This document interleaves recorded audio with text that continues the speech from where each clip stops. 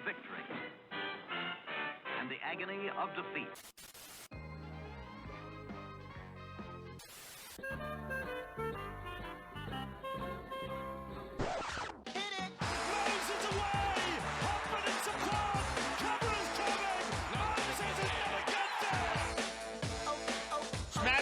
Great ball around the corner, Petticini. He beats them all. Junior Polar out wide, bumped away from Trindle. Sharks coming through. None of them can hold him. Good morning, good afternoon, and good evening to everyone where you're listening or watching across the globe. The sensational globe sensation that is the Tip Sheet. Been sensational twice there. As always, I'm your host, John, also known as 4020. Joining me to preview round 6 of the junior representatives is my good mate, Sixties, aka the big fella, aka Craig. A lot to talk about, mate. It's a split round in the junior reps. The ladies are taking on Manly, the fellas are taking on the Warriors, and we also catch up with Steve Georgallis. We'll get to that very shortly. Before we do talk football, as always, a quick check-in on how you're doing, mate. Yeah, doing well, John. I'm really looking forward to listening back to this podcast because I know how much I enjoyed our recording with Steve Georgallis. But, of course, when you're doing it, you're in the middle of it. And whilst you're enjoying it, you don't always get to fully appreciate how good it was, how good our guest was. And I thought Steve was absolutely outstanding. He's just a straightforward, passionate bloke about football. And it's just hard not to get enthused when you're talking to someone about the code like that. Absolutely. I just enjoy any opportunity we get to catch up with Steve. But, of course, with all of this wouldn't be possible without our sponsors, Star Partners Real Estate, Auburn, Narellan and Parramatta.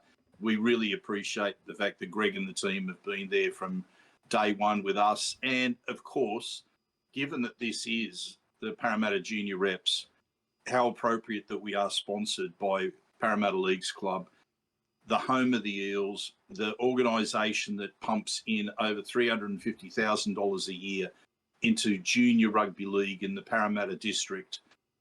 That's the lifeblood of the junior reps. It's the lifeblood of rugby league in the future. And the money that Parramatta Leagues Club pumps into junior rugby league makes the game affordable for kids and their families. And we couldn't really ask for more in terms of the support that Parramatta Leagues gives to rugby league in the district. Well said, mate. And on that note, let's talk some football, which current me, which is really past me when people are going to be watching this video, is going to throw it to future past you now to introduce Steve Georgallis. So, make of that what you will. But, now we go to our fantastic chat with Steve Georgallis as we catch up on the first half of the season in the junior reps, how the Eels are travelling across all 4 grades, and the involvement of some of the NRLW players across the pathways this year, which has been fantastic to see. Yeah, and then, of course, after this finishes, John, don't stick with us because we've got our preview of all of those junior matches this weekend. Yes, sir. Now, Craig, take it away from here, mate. We've moved past the halfway mark of the junior rep season, so it's definitely time to have a catch-up with the Eels Elite Pathways Coaching Director, Steve Georgallis. It's been a little while, Steve, but thank you for joining us today. Yeah, no, it's great to always join the Cumberland Throw with Craig and John. Yeah, you've got to get that plug in there. Yeah. Appreciate that. No, yeah, you're welcome. Mate, it's been 5 or 6 weeks since we've talked, but we're up to round 7 this week, and other than 1 or 2 hiccups in the last 2 weeks, I think we're tracking well going into that run before the finals. The junior rep seasons always seems to be almost over just as quickly as it's begun, with it being such an abbreviated comp. But let's start off with our catch up with looking at the female academy teams, as they're both building nicely into that run into the final series. The Lisa Fiaola team, first of all, they remain undefeated with 5 wins and a bye. Last week was a closer contest than probably Coach James Reid would have liked to have had. But was it a case then of valuable lessons learned against an unfashionable opponent? Oh, definitely. I think South. I think we're a bit similar to round 1 when we played the Tigers and the Magpies. Parramatta have that reputation of being, the better team in those competitions, and so teams come out and try and beat them physically. And I just thought on the weekend, South came out physically, other than obviously the Tarsha Gale score. Yeah. And two losses, and one tight game. The lessons learned are that you cannot turn up every week and think that talent alone is going to get you the win. You have to keep on working on all those little things, and I just think South outfused us in a lot of departments on the weekend, and it's a big learning curve for a lot of those players, especially coming up to 2 or 3 weeks before the finals. Better to happen now, yes, and then in the finals. So definitely a lesson learned. It's part of footy. You can't go through. You would like to go through undefeated, and obviously Lisa Fiaola are close to it. But we saw what happened last year with SG Ball. It's once you get into the finals, it's a different story. But you want to be playing your best football, and you want to be learning a few lessons along the way. So when you get into the finals, it doesn't happen again. Yeah. One of the features of the Fiola's campaign this year has been the fact that the extended squad has gotten a really good run, a really good share of game time going across the broader playing squad there, with a number of coaching combinations tried by the coaches. With the finals now on the horizon, should we expect the selected side to be more stable in that next run of 3 or so games? I think this week will be probably our last week where we give a few of the players an opportunity, and also with the junior reps, you have to play a minimum of 2 games to qualify. So a lot of those girls will play their second game this weekend, which will qualify them for the finals. So if you have any injuries, those girls can play. Yep. But I think this will probably be the last week we see a bit of a turnaround of players and giving girls the opportunity, obviously, to make the team going into the finals. So, some of them are trying to put their hand up.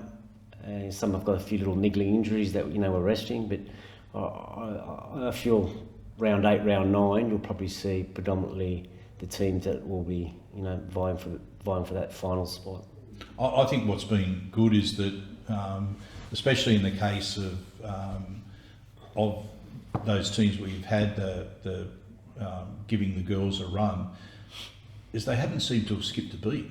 No, we have really good depth, and sometimes we say it's giving the girls a run, but realistically speaking, we're not giving them a run. They've deserved their opportunity. It's not a charity, exactly. No.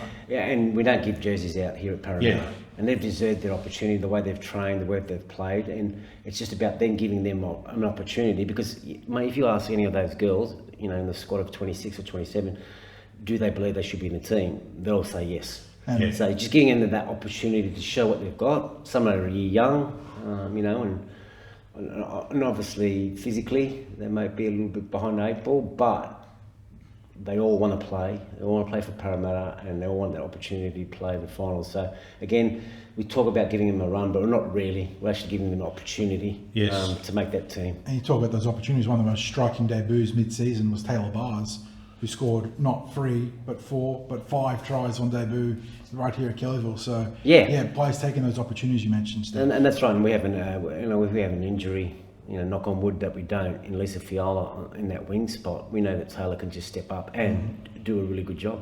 I think she let herself down the next week. She only scored 2 tries. A horrific drop in form.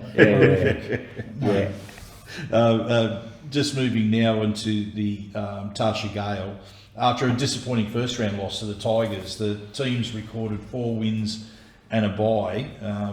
They had been a bit clunky in attack, but last weekend saw them post their biggest win of the season, that 62-0 against South. Has it been a case of Ryan Walker focusing on getting the defence right up until now? I think again, I'll go back to that round 1 game where I think it was the Tigers they played, and it was a real physical game. Yeah, it was. And I think the girls learnt a lot about when you're playing for Parramatta, everyone wants to beat you, and everyone wants, there was a little bit of, I would say, argy-bargy in the middle of the game, and I don't think our girls were ready for it. So lesson learnt. Yeah. You know, you've got to go in the games physically, that physical mindset about contact, you know, working for yourself. And I think in the next 3 or 4 weeks, they've worked with that in the back of their minds, knowing that, you know, when it comes to the back end of the year, they're going to be playing those physical games again. So that was a lesson learned. I think it just got them on the hop, that round one. And then I think you're right, progressively they've got better. Again, Ryan's tried a few different players in a few different positions just to see, you know, how he can get his best 17. And I reckon probably after this weekend, he'll look to round 8 and 9 to have his best 17 playing going into the finals. But again, defence obviously is the key for Ryan. And then obviously when you start to focus a lot on your defence, your attack sort of takes a back seat. But I think in the last 1 or 2 weeks, you know, he's been tinkering with the attack and looking at what, you know, who we've got in the halves and fullback, and, you know, who's playing hooker and working that. And I think the added bonus of getting Taylor back through injury was going to help him as well, a little bit of a forward enforcer there. So I mean, his team's looking good, but again, you know, there's really, you know, like, I'm not going to be disrespectful to the competition, but, you know, in round 8 and 9, we'll probably play the better teams in the comp. Yeah, and you mentioned that word enforcer. One of the things that John and I have spoken about is we felt there's been times this season with defence that the girls have been absolutely brutal. Yes. Like really hurting with their defence. Looking at it and thinking, I don't know if an NRL player would like to be hit like that. Some of the defence that was shots that were being put on. Well, they only have 8 off the bench as being one of those real aggressive defenders too. So. And it's funny, I've been here, this will be my 3rd year involved in the pathways, and the women's game, from when I first got here to where it is now, man, the girls just hit as hard as the boys now. Yeah. It's unbelievable. I mean, if you've noticed it, most people that I talk to have noticed it. Their tackle tech is really good, and that just goes to show about the pathways here that we've got at Parramatta, where, you know, the fundamentals are the most important thing that we work on, because at the end of the day, whether me being the NRLW coach or Jason Riles being the NRL coach, he doesn't want to have to worry about someone having correct tackle tech or having to pass left or right. You know, they're the things that they need to have done already before they got there, and I think in both the boys and girls, I think that's where you watch us playing out, wow, you know, they've got good tackle tech, or, you know, or they've got a good pass on them, and they're fluent with their attack or their defence. So I'm really, really happy that you noticed that. Oh, and because we've been covering junior rep games from the time that the Cumberland Throwers existed, and even before with John, he was always blogging junior rep games, and we saw that introduction of girls into the elite pathways competitions. And the Tarsha Gale competition, as you know, when they first started, it was, what was it, 10-a-side, something like that. Not a 10-a-side, and yet still played on the full field, and a lot of girls there that it was actually their first experience playing football, was playing in a representative team. You cannot compare, like, we'd be sitting there watching it, and it was a hard watch at times, because it was a foreign game for some of the girls that were out there. Now, we enjoy watching the girls' game just as much as the boys' game, and I don't mean that to come across in the wrong way, but it is, it's a quick period of time. If in a very rapid period of time, the skill level has gone through the roof, and the physicality. Yeah, they're definitely athletes now. Yeah. I mean, and they've been playing. I mean, obviously they used to play from whatever age to 12, and they weren't allowed to play after that. Yeah.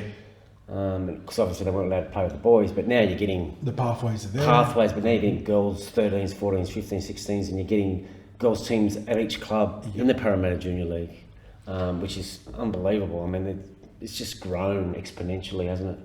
But there was, I think, one of the junior clubs, and we had a couple of years where we were doing profiles on the junior clubs in the Parramatta district, and I think it might have been Greystanes Devils.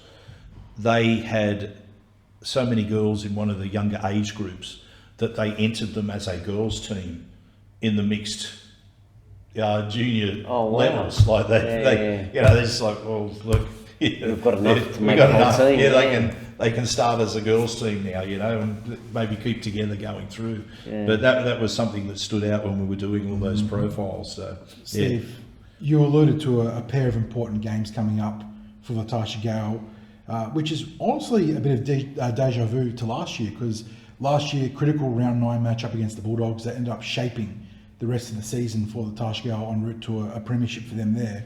But this year, they've got a 4th place seeding coming into this week, and they go on to face the imposing Bulldogs in Indigenous Academies, 2 of the other form teams in the Tarsha Gale. We know that coaches don't like to look too much past the next opponent. You want to always be 1-0, take on the week as it comes. But matches like that must have been circled in as soon as you saw your draw. You would have known that the Roosters and the Dogs, are heavyweight contenders. So have the Eels looked that far ahead, and what are your expectations now for the girls in the next 2 weeks? I think we do look that far ahead in relation to preparation, and obviously the girls playing and who's playing, the loads. Some girls might be still at school, making sure that they're ready for those games. So look, it's in the back of our mind. Actual fact, obviously from yesterday up until this weekend, the focus will be on this week's game. Yeah. But then we'll focus. I know it's a cliche, but you focus game by game. But it's there. When someone says they don't look forward, they're not really telling you the truth, because everyone looks forward in the draw. When they're going to be playing the real tough teams. So I think the other tough team in Tarsha might be Newcastle. They've had a good season. Yeah, which we won't see them until the finals. Yeah, that's always it's a funny quirk of the junior reps, isn't it? That, NRL, NRLW, it's a round robin system. You always play at least one game against a given opponent. Yeah. But sometimes you come in blind against the opposition in the junior reps. And you don't know how good they really are, or you can watch as much video as you want. And you can talk about the transitive properties. We're joking about that on our news podcast. Because X team beat Y team, surely Z team beats Correct, Y team. yeah. But it doesn't work that way. No, it definitely doesn't work that way, and we all know that. Or then we'd be what do you call it? Knowing who's going to win every week, wouldn't we? Yes, exactly. Wouldn't be much. We'd all be millionaires from not that people bet on football in clubs, but as us as supporters, yes, we'd correct. be millionaires. Both boys' teams remain in decent ladder positions, Steve, though there's been a couple of recent hiccups over their last 2 rounds of football. The Harold Mats have now lost their last 2 games in literally the final seconds. What sort of lessons have been taken from those losses? I thought I think South are a really good team in that competition, the Harold Mats, and we basically behind the 8 ball on the weekend, just too much ill discipline, soft penalties, letting them out of trouble too easy. But for us to get back into that game, I was so proud of that team, and Josh, the coach, gave him a massive rap at the end of the game. But the underlying belly for the last 2 weeks was we're just giving teams easy penalties, easy outs out of there, and giving them the easy field position to give them an opportunity to score points against us. I'm still going to defend it, but I just think they're going to learn so much from those 2 games, and it's just about winning the moment. And if they won that moment, we all thought that game was over last week with a field goal, and it's just unfortunate on the short kickoff they got the ball back, and the bloke was going to go out, raise the fin margin. Yeah, and he threw the ball back in, and they got beat. But the underlying belly was, and Josh made a point of it to his players yesterday in the video review, was that we're just giving teams too much field possession with our ill discipline. So you're right, they've learnt that they can't do that, especially in that competition, and that's what happens. You can get burnt at the end of a game because you've given them too many opportunities. But I think they played their best footy last weekend, and it was a battle. It was a great physical game. The Souths really give it to us, and I think we gave as much back, and I think they'll learn a lot from that game. But it puts them in a position where they've got to win this week. Yeah, I was so mad, not at the boys, but for the boys, because it's not often you see a field goal drill executed so perfectly in the junior reps. They marched downfield, left edge, had great meterage, centre it for Levi Perrott, who slots it from about 30 out. Yeah. And when you execute at that level in those moments, that is almost always enough to win the game. But yeah, rugby league, it's well loved, isn't it? And obviously before the bye, they were in control of a game, and then the chip kick, bounce, slip over. But again, in that game, we had given too many penalties away, too much field position, and gave them the opportunity to be in our end. And sometimes that's the bounce of the footy. So I think they'll learn a lot from those last two games. And that's the crux of my next question, is because big picture now, they've had the bye, but between or across the side of the bye, the Harold Mats have lost those last two games in heartbreaking fashion, literally the last final seconds. But they still control their destiny in the run to the finals. So what sort of lessons have they taken from those losses, and how do they apply them in the next few rounds as they look to lock in a spot in the top six? Yeah, no, I think this was just before. It's just about their discipline. Just more about, being on side, don't give, being square at marker, just those little things. Don't give the referee the opportunity to penalise you, and I think if they can, I think there might have been one or two flops as well. Just little things that it's just about your discipline and about your mindset. So I think if they can fix them up and get as much opportunity as the opposition, they should win their games. Well, moving from the Mats to the SG Ball, we're talking about a side that had very, very high expectations coming into the season. No doubt they've got a lot of players who've received across mainstream media and social media a lot of hype for their respective reputations. So that obviously carries a little bit of a load for those players as individuals, but as a team, it's certainly a team that's got an incredible amount of talent. But they've gone winless over their last two matches, recording a draw and then that heavy loss on the weekend to South. We spoke a little bit about it before we started recording, Steve. But is there any concern at all with a 44-10 loss last week? Well, there's definitely concern. I mean, you don't want a team to be beaten by that sort of score. There's definitely a concern within us in the group, but we also know that we can fix it. It's an amazing thing, mindset. Going into a game, maybe not 100% switched on when playing an opposition, and South's a good team, in SG Ball. One of the legit and they're one of the top four teams, and you're a little bit off, you're going to get burnt. Yeah. And that's basically it. We weren't a little bit off, we were way off, and we got dealt. And I just think that if anything they've learnt is that you cannot turn up to a football game thinking that just turning up is enough.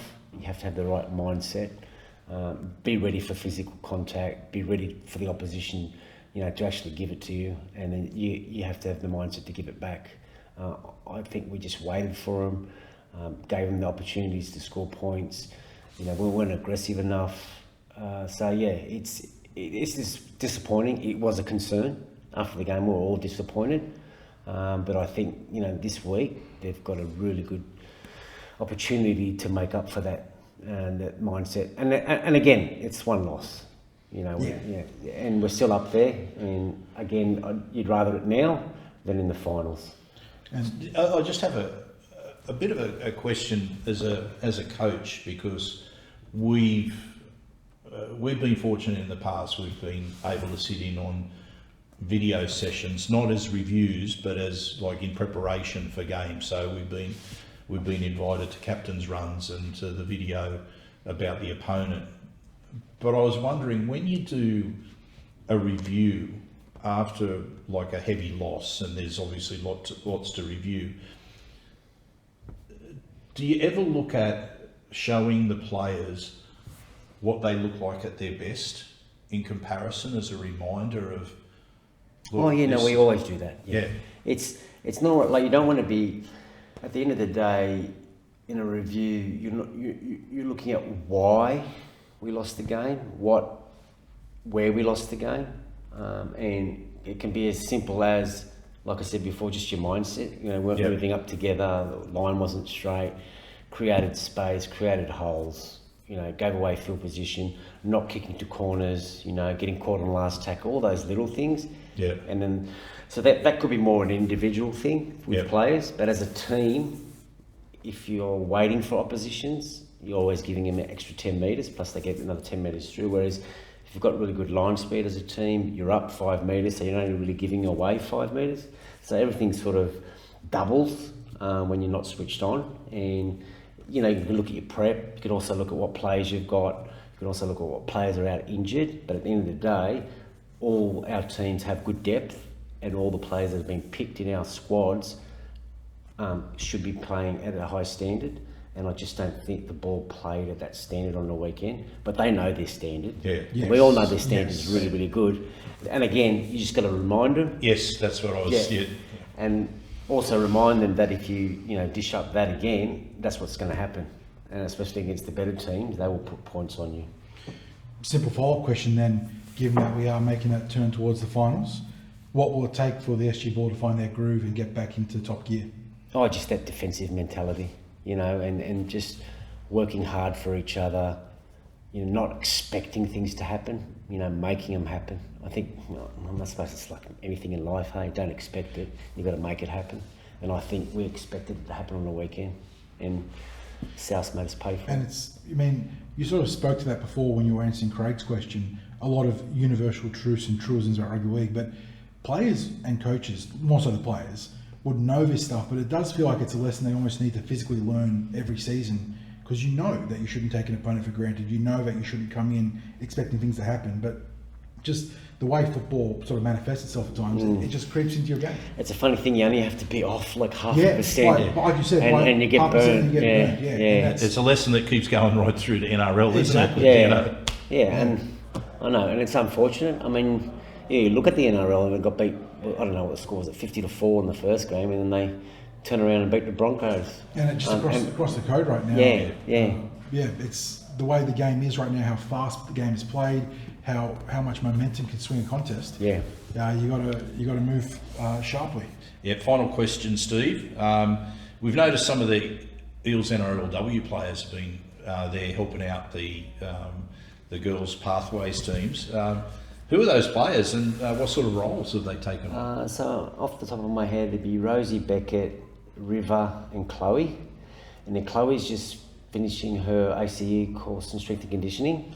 So she's doing the strength and conditioning for the Lisa Fiaola. The girls love it. She's gonna be one of those trainers causing all sorts of problems on the field. And River and Rosie are assistant coaches. Rosie's actually blue shirt. She's running on and helping out the team, which is great for her development as a halfback. And it's she's really enjoying it, and I've watched her grow as a player, and it's good to see those players because they've played the game. And obviously come up through our pathways, but they've never been on the coaching side of things, and so now they understand what we see as coaches, and I can only see that it's going to help their game. I'm really happy for them, and they're loving it, and they're enjoying it. And I was Tess as well. Oh yes, of course, and Tess. Yeah, Tess is with Tarsha Gale. Yeah. I had a chat to her both at the game at Granville, and then here when I was watching NRL training the other day, and I did mention to her what I said before about the brutality of the defence, and she smiled and she said, "Right in her wheelhouse." That's in her wheelhouse. Yeah, she loved that. With Tess, because I've got a lot to do with the Fiaola and obviously the Harold Matts out at ETS. We'll sort of split, other two at Kellyville, but so we're assuming that Tess is the defensive coach, are we? She has a mentoring role with the forwards. That was just the smile that came across her face. What a great role model for those girls. Tess. She hates defence, eh? No, on that note, Steve, a great place to wrap it up with. Looks like we're pushing the limits in terms of our booking here, but always awesome to talk junior reps with you, and we look forward to obviously putting a wrap on the season ahead of somewhere during the finals. I don't know if maybe after the regular rounds we'll catch up. Yeah, definitely. Look at the finals. And then obviously NRLW look forward to as well. Big things happening after the Parramatta Eels. So going to be keen to talk about that down the road. I think we start in about 5 weeks. The active season starts. So it'll be around that finals time, and John and Craig, it's always good to talk. Absolute legend, mate. Thank you so much. We'll catch you very soon. Yeah, thanks, Steve. Thank you. And we're back, and a massive thank you to Steve Georgallis for taking his time. It's a very busy period of the season for him, isn't it, Craig? The 4 teams are all making that turn towards finals contention, and all 4 grades still very much in the hunt and very much in the contention for their respective premierships as it stands. Still some work to do for the fellas. They've had a rough couple of weeks, but they still find themselves with their destiny very much in their own hands. And on that note, I don't know if you've got any last second thank yous for Steve, but on that note, we sort of now turn to the previews. Yes, and we're going to kick off with both girls' games. Now, they're taking place over at Eric Tweedale Stadium in Granville. The boys, of course, are at Kellyville. I believe you're going to cover, you're going to blog the girls' matches, and it's an early start for you, John. It's a 10 o'clock start. It's still early for me. It'll be 10:30 as well for the boys. But for people following the blogs, guess what? You're just going to be flicking between the 2 blogs. There'll be plenty of action, therefore, to follow as you go between both blogs. So really looking forward to such a full-on week of football, John, because we've also got the Jersey Flag, I believe, after the SG Ball happening up at Kellyville. So, big day, big weekend for TCT and the Eels. So, John, I'll get you to run through the Lisa Fiaola team for the Eels. Yeah, Parramatta come into this one as the undefeated team, one of 3 undefeated rosters in the Lisa Fiaola, alongside the Bulldogs and Newcastle Knights, sporting a 5-0 record with 1 bye to their name. That does make sense. Let's make sure the maths adds up there, because Newcastle 6-0, no byes, Eels and Bulldogs 5-0 with the 1 bye to their names. Manly coming to this one, stone cold motherless last. Well, not motherless. There are got compatriots there in the Dragons, 0-5 for both of them with the 1 draw, but the worst for and against sporting the Northern Beaches representation this week. So this is, on paper, a game that favours the Parramatta Eels, and they look like this with the 10 o'clock kickoff, as you mentioned, Craig. Eric Tweedale, Tegan Nicholas at fullback, Havana Cook on the left wing with Ruby Enosi Tupulotu on the right, Georgia Wanza joining Havana down the left with Maui J Paranihi Tagawai in the other right centre position there. Rawi Cash works alongside Sienna Manuo in the halves. No Tamika Withers this week, so that I imagine that's got to be, Steve mentioned some eligibility stuff about the finals being solidified this week in our chat with him. That's probably part of it there, unless she's either injured or suspended, because Tamika is... Yeah, two matches they need to play. Two matches to qualify for the finals, so that could be in factor there. We go into the forward pack now. Taylor Miga starts in the front row opposite of Talili Tuavaiti. Charlie Noble's your dummy half this week. On the edges, you've got Sarah Alamadine and Zara Kuri. Locking out the scrum is Armani Cook. No Isabella Bell this week. She looks to be rested or hopefully not injured. On the bench, you've got Kavinia O'Callaghan Ahio, Layla Wormsley, Zara Tautai and Chelsea Falls. Extend the roster, Taylor Barr and Yasmin Quiroz Mapasua. So Eels naming the deep bench this week. They got the 2 reserves and a couple of players that are going to get a chance to make some last or late season pushes towards further playing time, Craig. But Eels still looking very good across the park here.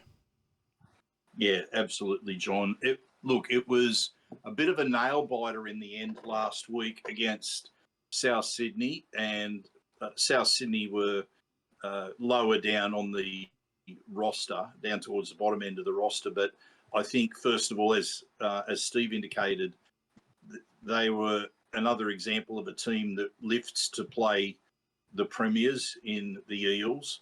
And I thought they certainly played above what their ranking is. They certainly got a flow of possession as well. A lot of the calls were going their way, especially late in the game. The bottom line was the Eels got out of it with a win. It was a win they ended up having to scrap a lot more for than I thought, but you'd think there was going to be lessons that were taken out of that. The last week, as you suggested, of I don't think tinkering with the roster is the right thing.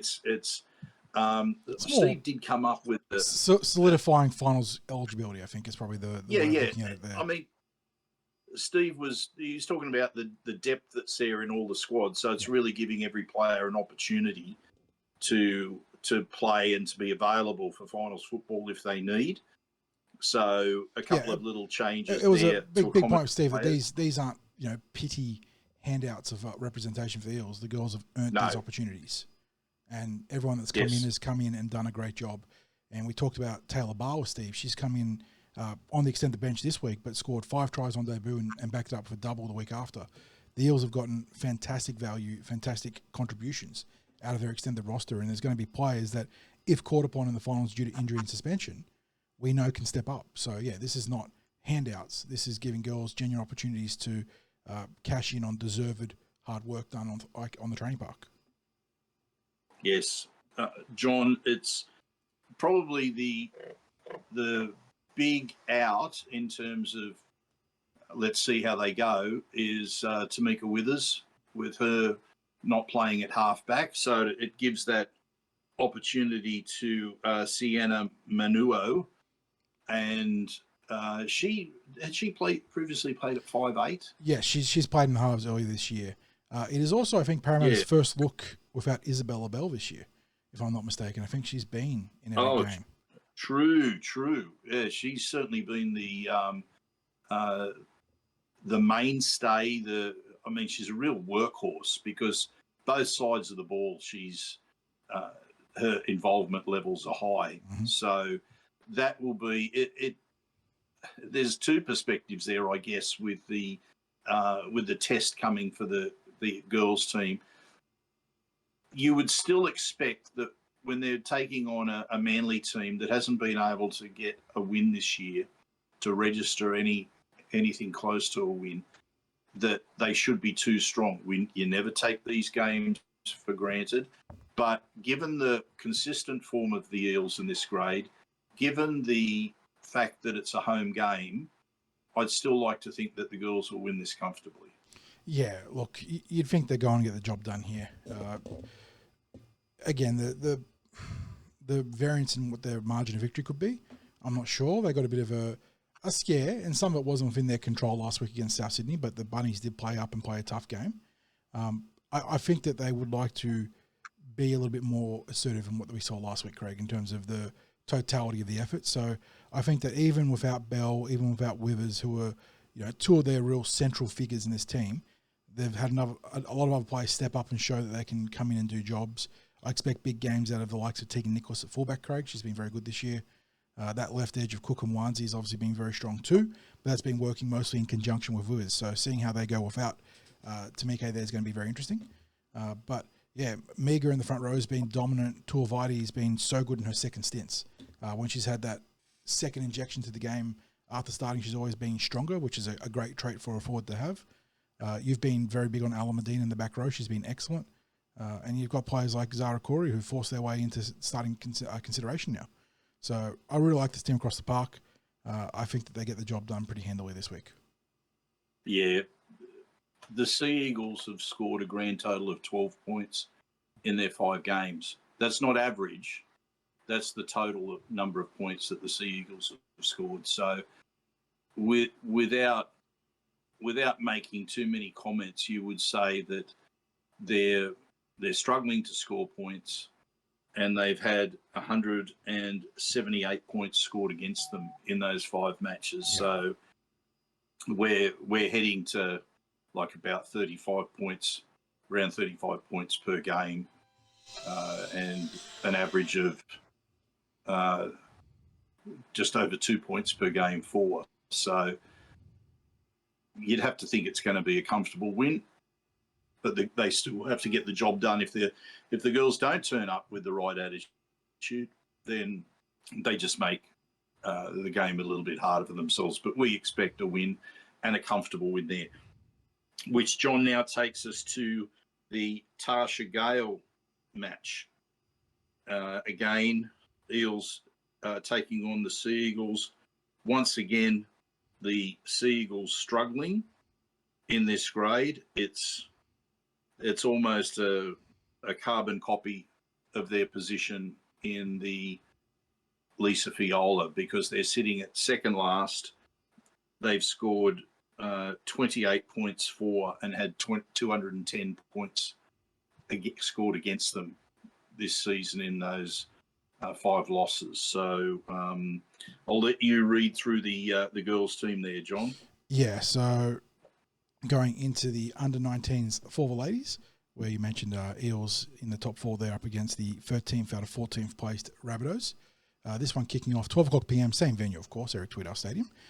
Eels looking pretty sharp this week, Craig. They've got, it's not a full-strength roster, but a lot of regulars in there. And we start with one of the prominent regulars there at fullback, Ire Sevilla. On the wings, Kiana Vatabua and Sualo Lafonga. Jada Cook and Jessamine Aluwali are in the centres. Sharon Latapu gets a second crack this week. She had a great game against the Bunnies and now partners Patakura Jim, though. So we do have a change in the halves there. No Aliyah Sufan this week.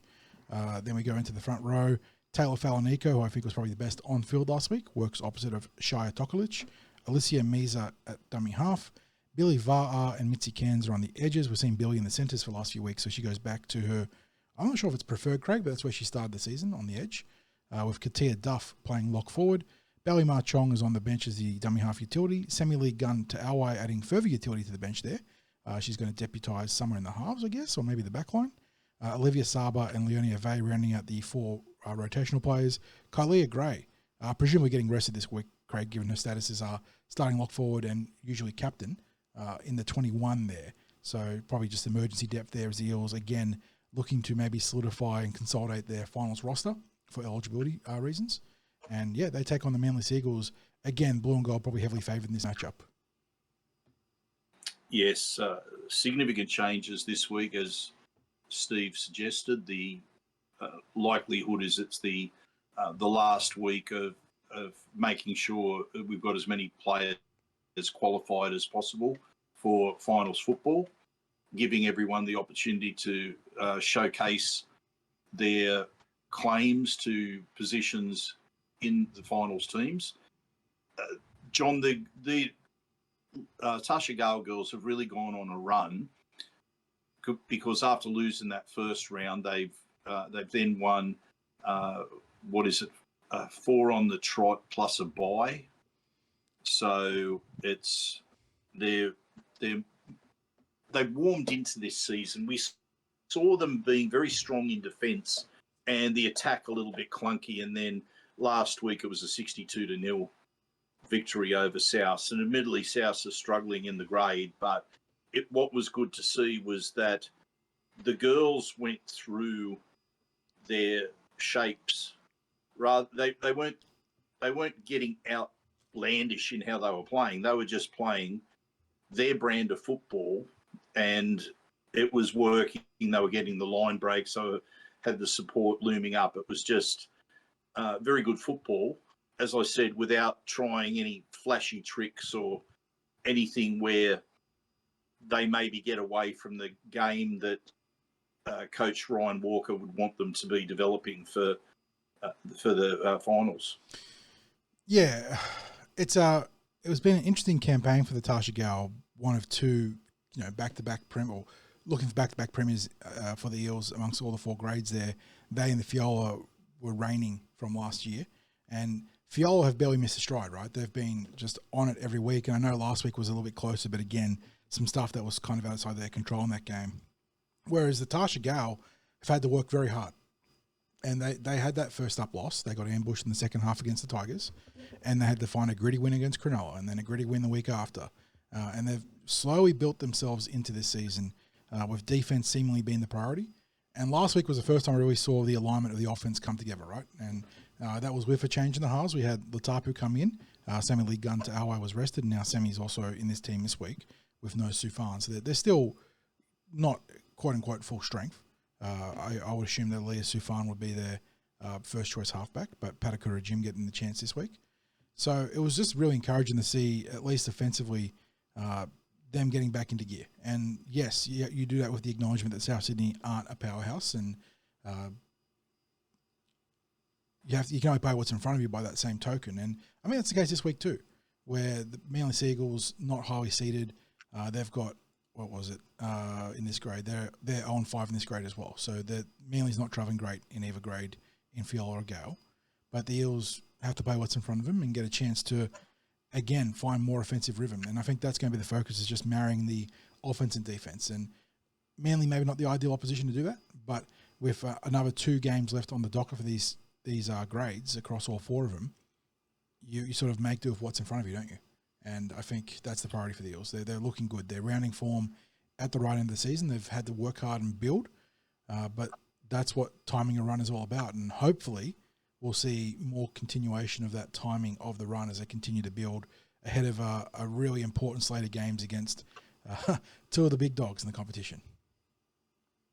Yeah, even with a number of players missing, including, I think, the important out of Collier Gray, because she plays that, I guess it's the modern day lock role, but I think she's more than just a link between forward and back. So I think she almost plays like a third halves player. And that's a big advantage when you have someone who's got those sorts of ball skills. But as I suggested to you, John, there wasn't anything in the way of outrageous play. No, like really it wasn't the extravagant hot potato, throw silly offloads. No.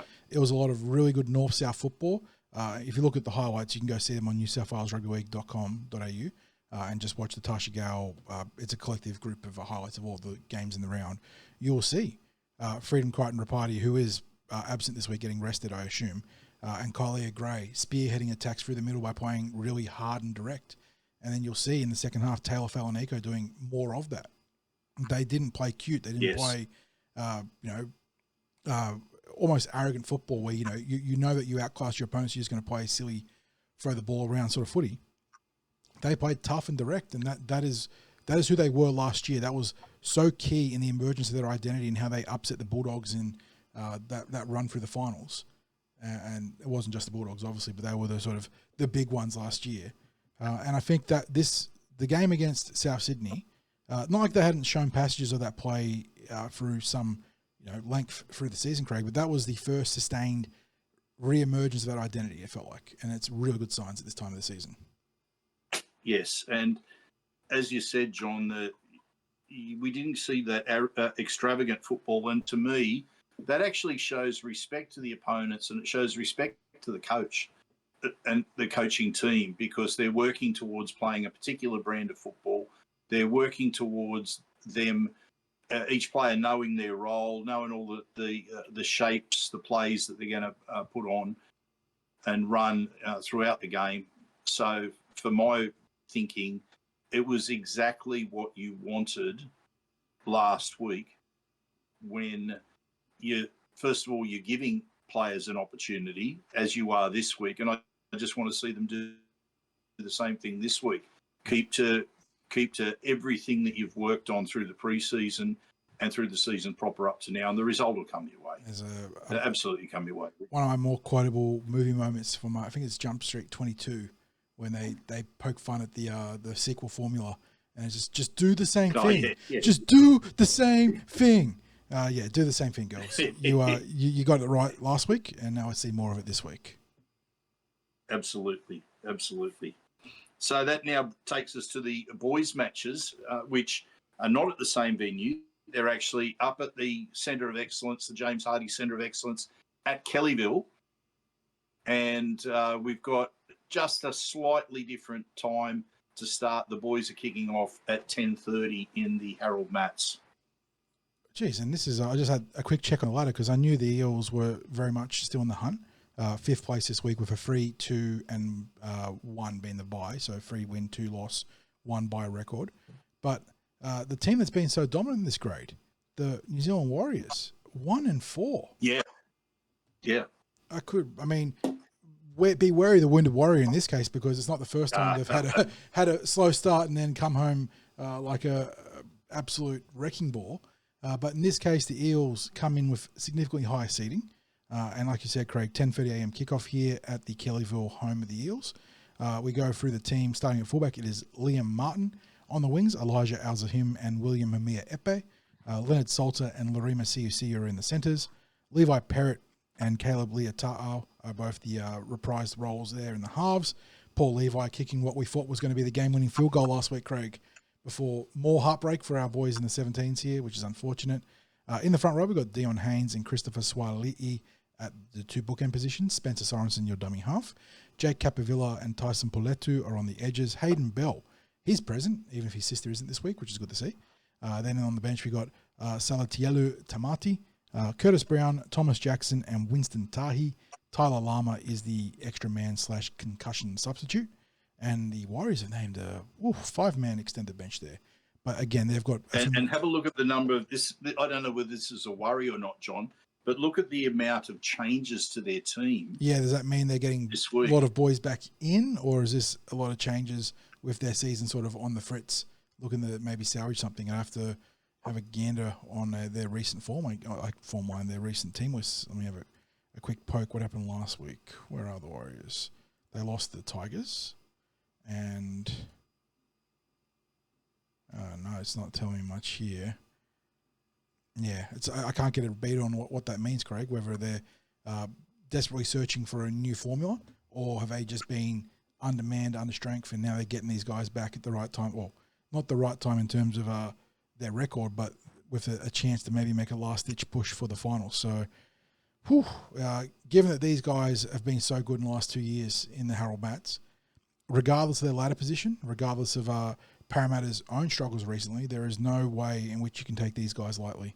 The Warriors have just been so good in this grade, and at this time of year in particular is where they've made a real habit, a real knack of finding that extra gear and just pushing past the opposition.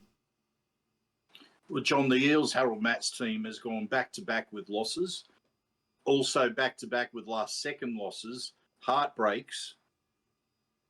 They can look at an element of bad luck with it, but they also have to look at the element of allowing their opposition to stay in the contest when they had an opportunity to strangle them out of the game. They weren't able to do that. We know the talent that's in this team. We know how they were performing at the start of the year. Maybe it's too strong to say that the wheels have fallen off, but it can't be ignored that they've given opponents the opportunity to stay in the contest, and as such, they don't want to do that with the Warriors because I'm going to say ignore their table position, because if they are anywhere near the type of team that they've been in the last couple of seasons, if you take a win against them for granted, you do so at your own peril, because they're just as likely to switch on this week and go, look, this is the last chance saloon for us. We don't want to drop another game. We have to get it done. Now, the Eels would obviously be feeling similar, having dropped 2 games in a row, because if you start talking about dropping 3 or 4, well, forget playing finals football in junior representatives, because you've only got 8 matches. You've got 9 rounds. You've got 8 matches. It's you can't talk about losing 4 games, and the Eels are on the crest of losing 3 in a row if they can't put this game away. I expect that they will. I'm looking at the team and I'm seeing lots of their big guns named. It's hard to see them not winning, but I'm not in any way, I'm not going to give any sort of marginal point score or anything like that, John. I'm just going to be happy to see the job get done. We're up there at our home ground at Kellyville, which has been few and far between. I'm looking forward to calling it, John. It's funny when you're blogging a game, and you know this all too well, although you're far more adept at the mechanical process of the keystrokes than what I am. I am looking forward to the Eels making it hard for me to blog by getting some decent points on the board this week. The Tarsha Gale made my job very, very difficult with that 62-0, because I'm trying to describe one try as the Eels are marching downfield and setting up the next try. I don't mind if Parramatta finds a way of doing this, but by the same token, I'm also just going to be happy for us to win by any score, because I think we just need to get back on track here. Yeah, the spider senses or the para senses make this feel like it could be a real scrap, like the Eels going to have to really labour hard for the win here, just the way the Warriors can be at this time of season. But I am hopeful for Parramatta win. They've been right. Look, the heartbreak in the last 2 outings, either sandwiched either side of that bye, it can't really. It's hard to, if you hadn't seen it, hard to translate just how brutal it's been with the chip kick by the Steelers. Let's just call it what it was, John. Freak plays. Yeah, that happened against. And the in both games, the boys had toiled hard to be in a position of authority and advancement there, but were undone by some of their own errors and just momentum for the opposition. And it's tough lessons to take, and it is equally just a lot of bad luck there too in the context of just the footy gods. So they're due, and I think while there's absolutely areas they can clean up, fundamentally I haven't been upset with how they've played, Craig, which is a good space to be in, even if you've had the 2 losses, which is why I think they can get the win on the weekend. That fundamentally they're playing still good football, and they got a chance to really piece it together and maybe get a 6.8 point win here. Okay, I'm not going to tip any sort of margin. I'd like us to win comfortably, make blogging, even if it's tough to keep up with the speed, to make it a pleasant day of blogging. So, and get off to a pleasant start, I should say. Anyway, we now move to the SG Ball for the Eels taking on the Warriors. And I think the Warriors are in a similar position in the SG Ball, are they not? Yeah, Parramatta enter this round 6 again, in 6th place, 3 wins, 1 draw, 1 loss, 1 bye, with the 9th place Warriors coming into town, 2 wins, 3 losses, 1 bye, negative 60 points differential for the Kiwis, plus 68 for the Eels. So Parramatta certainly having the better run of prolonged form here, but again, at this time of season, and given their respective ladder positions being not too dissimilar, you can't take this as anything but going to be a close contest. And for the Eels, they cap out, well, it's not the final game on the docket there at Kellyville, is it, Craig? Because there is the Jersey Flag contest, but this is the final junior reps game of the weekend for the Eels. 12 o'clock kickoff at the James Hardie Centre of Excellence, with that Jersey Flag game to follow at 2 o'clock. And the Eels look like this, coming off their unfortunate thrashing at the hands of the Rabbitohs, looking to bounce back. Cameron Bamblet, your fullback, the Bambino. You got the wing pair of Samuel Sorovi and Cyrus Bloomfield. So no Lorima Rokasuka this week. And that's not the only backline change. Nathan Howlett will be in his usual centre position, but Lachlan Vella comes into the team for Cordell Pritchard. And again, we're not familiar if this is a form, injury, or suspension-based changes. It's very hard to tell unless you see a very overt piece of foul play, like a dangerous tackle or a very overt injury that sort of makes it very obvious that someone's going to be out. And in this case, I'm not sure if any of those players there meet that criteria, Craig. There is a player. Let me have a look. I don't know if I've got some details on that. So I have a sneaking suspicion Michael Nauer might be suspended this week. He was sin-binned at the end of the game against the Rabbitohs, alongside a Bunny who was also sin-binned, so that might be in play here. But we go to the halves, where Talon Rosati and Lincoln Fletcher will work together once again. In the front row, Stephen Nunn, Jiro Trey Stewart, and Ryder Talangi are your 8, 9, and 10. Sterling Farmui will work the left edge, and Chris Petrus down the right. Maybe not. Farmui played the left edge starting early this year, but Petrus has also played the left edge, so stay tuned on that one there. There might be a swapsies. Billy Farnene is your lock forward. Then we go to the bench, where Wesley Tongamoa is your dummy half utility. Mason Ong, Nicholas Kotarak, and Kobe Raven getting his first start, I think, this week of the season. Round out your 4-man battery. Ollie Walker and Viliami Fafita, the 2 extended players on the bench. The Warriors, we know Joseph Ratcliffe, Craig. We've seen him be very good for the Kiwis or the Warriors in the Harold Matts at fullback. Just trying to see who else I recognise there. McKeer at 5'8". But we know that Ratcliffe is a very talented fullback here, and he's done a lot of great work in the junior pathways, so definitely one to watch there. But the Eels, can this be a get-right game for our boys? Expectations so high for them, the talent levels in the squad so high. And really, last 2 games out, we talked about being their own worst enemies, and with due respect to South Sydney, who I think are a legitimate contender, the Eels have also been very much their own worst enemies in the last 2 outings for a draw and a loss. Yeah, it was. I guess it was a shock to the system to see that sort of scoreline, John. It was a loss against a quality team like South, who were also undefeated coming into last week, was going to be nothing to be concerned about.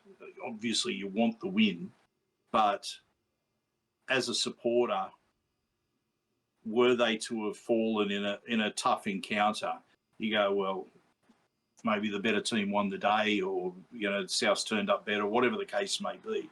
In this instance, South certainly turned up better, but it was probably a case of you'd be struggling to say Parramatta turned up at all last week, and that's just the harsh, brutal reality when you're talking about such a talented team.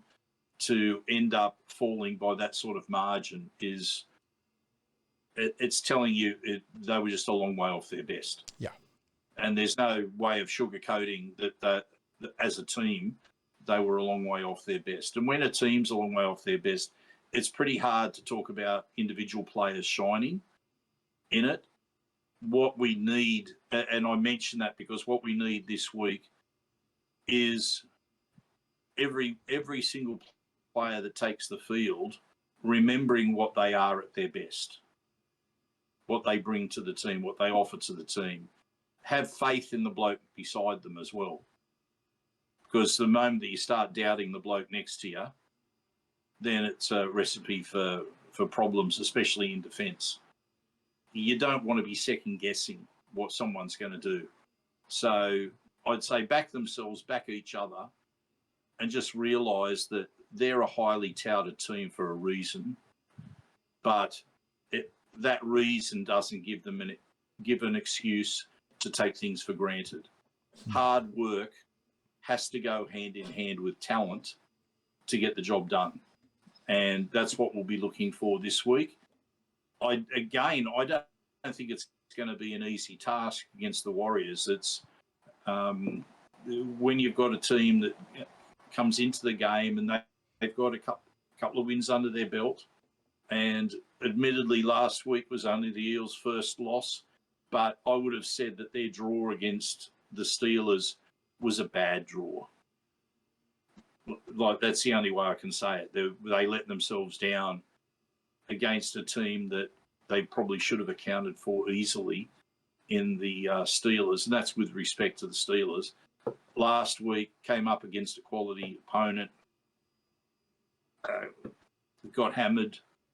Now's the time to turn it around because we've only got a couple of weeks till finals football. We know you can get it done, fellas. It's just a matter of, as I said, don't just believe in yourself, believe in the bloke next to you. And you're a long way towards getting a win just with that headspace. John, have you got any predictions for how this is going to go? Yeah, you sort of just spelled it out. They've got to roll up their sleeves and start playing some tough football. Get back to playing the fundamentals and then letting the rest of the game declare itself from there. Because if they can platform their own, game plan, then they can start being expansive. They've got all the tools and assets in every position to be aggressive and be expansive. But they've got to roll up their sleeves. They've got to make their tackles defensively. They've got to work the ruck offensively. And we didn't see that last week. And to an extent, we didn't see it against the Steelers, even though they still had a chance to win that game. They couldn't execute their field goal drill, and then Ryder Twangi couldn't, barely didn't score off the deflected kick there. But, yeah, this needs to be a get-right game because they're still very much premiership contenders, Craig, but not if they lose this week. If they win, the dichotomy of this game is pretty fascinating. If they lose, look, they're not out of the finals hunt. They've still got 2 games in hand and can very much get into the finals. But they completely throw away any momentum they would have heading into the final turn for the finals. And if they win, suddenly they're back and you almost forget that they had a big thrashing at the hands of South Sydney. So there is a lot in the line this week, and I want to see them go out and obviously win well, and I would love to see a big victory, but the mechanics of the victory are far more important this week. They've got to play tough. They've got to be angry. Yes. Well, John, I reckon that just about wraps up the Junior Reps preview. It's been a bit longer than normal because we were able to have that catch-up with Steve Georgallis. We hope that you enjoyed it as much as we enjoyed being part of that chat. Of course, we've got our live blog coverage of all of these Junior Rep matches simultaneously as well. John's covering the female pathways. I'll cover the male pathways games on Saturday. Remember, it all kicks off at 10 o'clock. Thank you to everyone who's listened to this or watched this on YouTube. Thank you to our sponsors, Star Partners Real Estate, Auburn, Narellan and Parramatta. And, of course, Parramatta Leagues Club, the home of the Eels. We'll see you on Saturday. As I always say, John, go you mighty Eels, para proud.